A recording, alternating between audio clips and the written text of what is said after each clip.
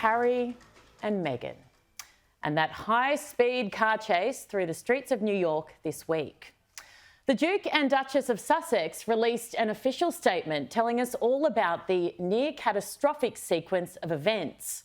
Aggressive paparazzi, they say, on the hunt, endangering lives. The only problem with that arises when, well, other people were there and don't quite see it the same way. I think that's all, exaggerated and stuff like that, so don't read too much into that, But as far as you were concerned, when they were in your taxi, did you feel like you were in danger? No. New York City is the safest place to be. The photographers themselves coming out today saying that if anything, it was the Sussex's motorcade that acted dangerously. The city's mayor also found the account, let's say, a little hard to believe. I would find it hard to believe that there was a 2-hour high-speed chase.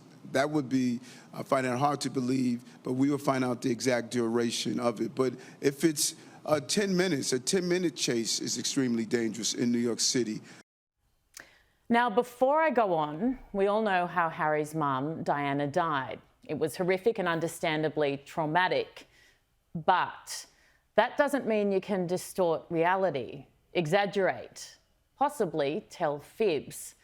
Even her former bodyguard, to some extent, defending the paparazzi today. I will make the point here from my own experience is that the paparazzi at best can be talked to, but at worst they're a nuisance. But they're not out actually, to cause the death of any one person. So I think we have to be a little bit careful of that. The reality is, when you are in the public eye, there is an insatiable appetite that exists for photos, gossip, news. And if you buy into that in any way when it suits you, then you can't complain when it doesn't. Now, no one should ever break laws or endanger lives and get away with it. And if that's occurred, throw the book at them. But so far, there's not been one iota of evidence that anyone was hurt or that anyone will be charged. In fact, the whole thing reminds me of a scene out of Southpark. No, not the Harry and Meghan episode, but here's a bit. We want privacy! We want privacy! We want privacy! We want privacy! But this one. A car chase is evolving on the 285 corridor east of Southpark. Tom, it looks like the Go-Go Action Bronco is heading east on 285. Police officers are right behind them, but as with any chase, they're keeping a safe distance to avoid any accidents here out on the highway. Damn it, Kenny, can't this thing go any faster? Jesus, he's gonna ram it!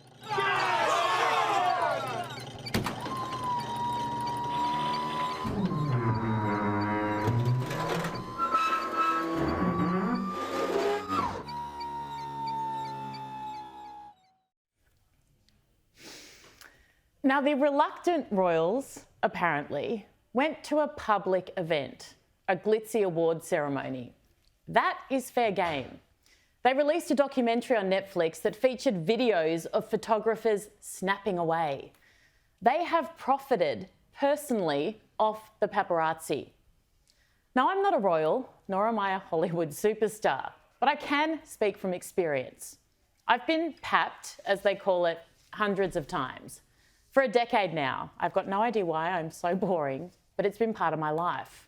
When my daughter was born, hiding in the hospital basement car park, following me in my car, when I'm out with my family or friends, exercising, and by the way, that is very rare, at the shops, whatever it may be, they've been there. It's a part of public life that I hate, yes, passionately, that I've complained about privately to my partner, to my mum, yes, especially when it involves my daughter or people who haven't chosen themselves to be public figures. But I have enough self-awareness to realise that publicly lamenting being photographed by paparazzi is completely self-indulgent and, in most cases, borderline pathetic. It is a very small price to pay for the incredible job that I get to do and others, and all the perks that go with it. Now, more recently, I was photographed, clearly upset, at Dad's funeral. And I was asked about it because a lot of people were uncomfortable with it in an interview shortly afterwards. And I want to play what I said so that you know I'm not just jumping on a bandwagon here. I was conscious, I knew that cameras would be there, but yeah, I don't think you're ever quite prepared then for those photos to be published. But as I said, you know, I'm part of this massive beast, and the tributes and the things that have been written about Dad were absolutely beautiful. And I would be a complete hypocrite if I said that was the wrong thing to do to publish those photos, because I've been part of stories and the part of, you know, other things in my TV show where we've shown other people in a similar positions. Now, I'll say it again. I know it's not Hollywood and that I'm not a royal. But the reason, despite being followed multiple times by multiple cars and bikes with photographers snapping away, the reason it's never turned into something akin to a chase or nearly catastrophic with me is because I'd never try to speed away or outrun them. That is when it gets dangerous. Now, I understand that it's punishing, it's invasive, and sometimes it can be a little bit scary. But there are parents right now nursing kids with cancer in hospital. If the biggest issue you have in your life is a bunch of photographers trying to get photos of you in public whilst you're dressed up to the nines, without your kids there, who are no doubt at home in your multi-million-dollar LA mansion, then with all due respect, you are kidding yourselves.